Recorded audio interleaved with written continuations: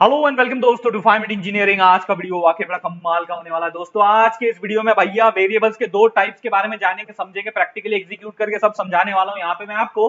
तो भाई सबसे पहली बात तो वेरिएबल्स, अभी तक अपने को पता है वेरिएबल्स क्या होते हैं बराबर, लेकिन क्लास एंड ऑब्जेक्ट्स के टर्म्स में अगर हम बात करें तो यहाँ पे दो टाइप के वेरिएबल निकल के आते हैं। पहला जो टाइप है उसका नाम है इंस्टेंस वेरिएबल, और जो दूसरा वेरिएबल टाइप है वो है क्लास वेरिएबल, या फिर उसे आप स्टैटिक वेरिएबल भी कह सकते हो। अब इनके बारे में थोड़ा जानते हैं। हालांकि इंस्टेंस वेरिएबल दोस्तों, इस टर्म को मैंने पिछले वीडियो में भी मेंशन किया था। ओके, जब हम लोग सेल्फ और इनिट इस फंक्शन के बारे में, मेथड के बारे में जान रहे थे, समझ रहे थे, वहां पे मैंने इंस्टेंस वेरिएबल को मेंशन किया था, इस टर्म को मेंशन किया था। तो भाई ये थे वो आपके इंस्टेंस वेरिएबल्स। तो अभी आपको इसमें कुछ दिख रहा है भैया? इन दोनों को मैं बोल रहा हूं इंस्टेंस वेरिएबल्स। क्यों? क्योंकि इनमें एक कॉमन पॉइंट है।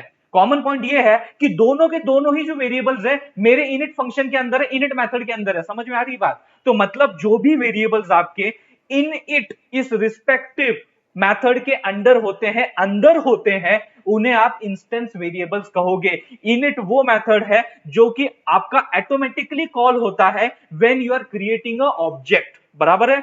अब इस इनिट के अंदर जितने भी, जो भी, अभी इसमें आंकड़ा मायने नहीं रखता, कितने भी आप भैया वेरिएबल्स इसके अंदर कंसीडर कर सकते हो, और वो सारे वेरिएबल्स का जो एक नाम है उन्हें कहते हैं इंस्टेंस वेरिएबल। अब याद रखना दोस्तों, ये जो इंस्टेंस वेरिएबल्स होते हैं ये ऑब्जेक्ट स्पेसिफिक होते हैं, इंस्टेंस स्पेसिफिक होते हैं। ओके, और हर एक का जो ये रिस्पेक्टिव वेरिएबल्स की जो वैल्यू होती है वो हर एक ऑब्जेक्ट की अलग अलग हो सकती है। मतलब जैसे कि फॉर एग्जांपल यहां पे मैंने क्या किया, ये मेरे मैथ्स के मार्क्स थे।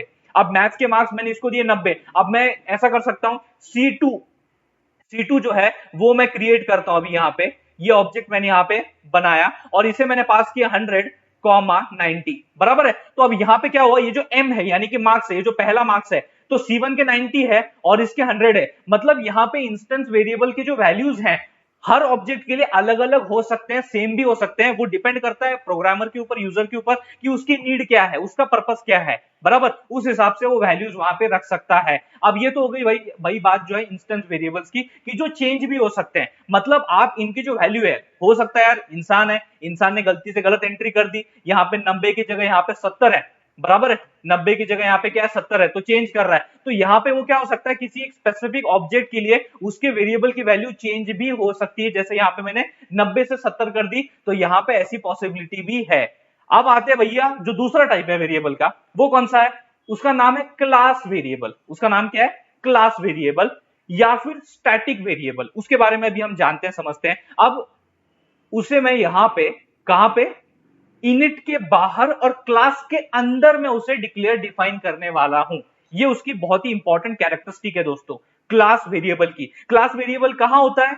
इनिट मेथड के बाहर और क्लास के अंदर, बराबर। जैसे कि फॉर एग्जांपल अब मैं यहां पे लेता हूं एक वेरिएबल ए, ओके, और उसे इनिशियली मैं 5 ये वैल्यू देता हूं, बराबर है। तो अब ये क्या हो गया भैया मेरा?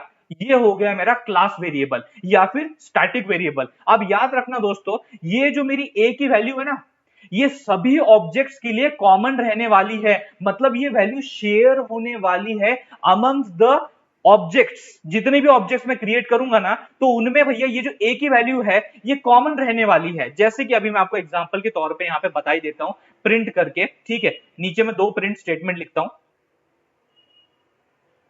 प्रिंट, क्या प्रिंट करना भाई अपने को? ये जो मेरा C1 है उसकी जो वैल्यू है इस रिस्पेक्टिव वेरिएबल की, इस रिस्पेक्टिव एट्रीब्यूट की, वो मुझे करनी है। अब ऑब्वियसली हम ऑब्जेक्ट की मदद से यहां पे एक्सेस कर सकते हैं इस रिस्पेक्टिव वेरिएबल को, इसकी वैल्यू को। सिमिलरली मैं यहां पे जो मेरा C2 है, चाइल्ड 2, वो जो ऑब्जेक्ट है उसका भी मैं यहां पे करता हूं। अभी आप देखोगे, अब ये एक तरीका है दोस्तों।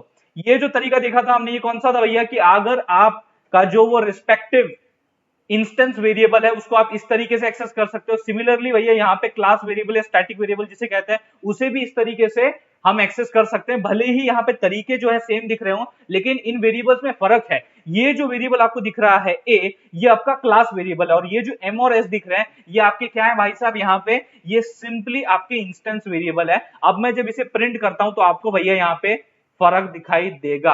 अब यहाँ पे आपको फर्क दिखाई दे रहा है 5 5 5 5 क्या है? पहला 5 फॉर द ऑब्जेक्ट 1 C1 और दूसरा 5 किसके लिए? Object 2 C2। और दोनों में ही भैया एक तरीके से जो है वैल्यू यहाँ पे सिमिलर दिखाई दे रही हैं। यहां तक कि मैं आपको एक और बताता हूं चीज कि यहाँ पे मैं क्लास के नाम की मदद से भी यहाँ पे मैं एक ही वैल्यू एक्सेस कर सकता हूं, यूज कर सकता हूं। मतलब जैसे कि अगर मैं क्लास का नाम यूज करता हूं स्कूल, स्कूल ये मैंने क्लास का नाम इस्तेमाल यहाँ पे किया है, और यहाँ पे भी मैं क्या लिखता हूं स्कूल, कुछ इस तरीके से, बराबर है। तो अभी मैं इसको रन करके आपको दिखाता हूं, आपका वही यहां पे प्रिंट हो गया है, बराबर है। बिकॉज यहां पे ये जो रिस्पेक्टिव वेरिएबल है, it is not object specific variable, it is class specific. उसका जो नेम स्पेस है वो क्लास नेम स्पेस है, और यहां पे इन वेरिएबल का जो नेम स्पेस है वो क्या है भैया, इंस्टेंस नेम स्पेस है। ओके, तो यहां पे ये बात तो भैया क्लियर हो गई कि आपका ये जो क्लास वेरिएबल होता है उसे हम लोग क्लास के नाम से भी यूज कर सकते हैं, एक्सेस कर सकते हैं, या फिर ऑब्जेक्ट के थ्रू भी एक तरीके से एक्सेस कर सकते हैं। और सारे ऑब्जेक्ट्स में जो आपका क्लास का वेरिएबल है वो कॉमन रहता है, शेयर होता है। तो दोस्तों इस वीडियो के थ्रू मैंने भैया आपको वेरिएबल्स के जो दो टाइप्स थे वो समझाया कि भैया इंस्टेंस वेरिएबल क्या होता है, क्लास वेरिएबल क्या होता है। अगर ये चीजें आपको समझ में आ गई होंगी, अच्छी लगी होंगी, तो इस वीडियो को लाइक कर दीजिए, उससे भी ज्यादा जरूरी इस वीडियो को शेयर कीजिए अपने सारे दोस्तों के साथ। थैंक्स अ लॉट दोस्तों फॉर वॉचिंग दिस वीडियो।